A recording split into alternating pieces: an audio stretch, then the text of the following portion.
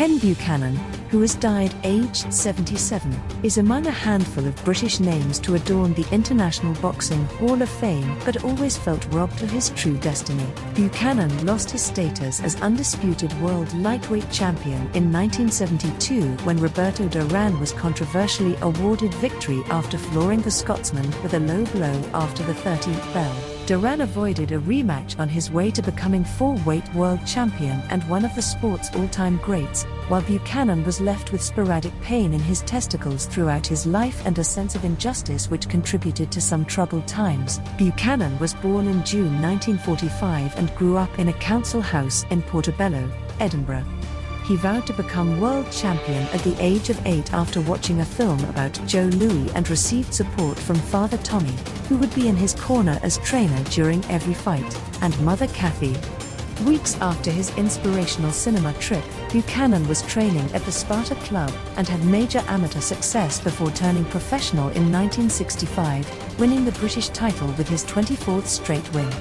The Scots' fast jabs, constant movement and courage helped him rack up more wins, and the death of his mother at the age of 51 strengthened his resolve to become world champion. He made even more sacrifices after his first defeat, in a European title fight in Madrid in 1970, and took the World Boxing Association title from Ismael Laguna after 15 grueling rounds in 50c heat in Puerto Rico.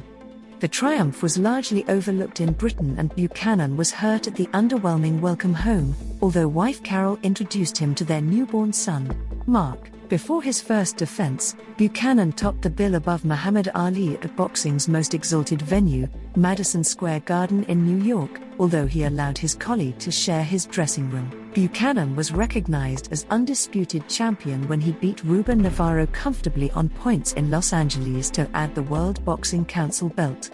This time thousands lined the streets as he traveled from Edinburgh Airport to a civic reception on an open-top bus. A riled Buchanan settled for topping the bill again at Madison Square Garden, where he defended his title with another win over Laguna despite heavy swelling, which was relieved with the help of a razor. He was later told the incident inspired a similar scene in film Rocky. Buchanan returned to New York to fight the undefeated Duran. The Scot felt he was getting the better of his opponent when controversy struck, although reports from the time claimed the Panamanian was well ahead with the judges.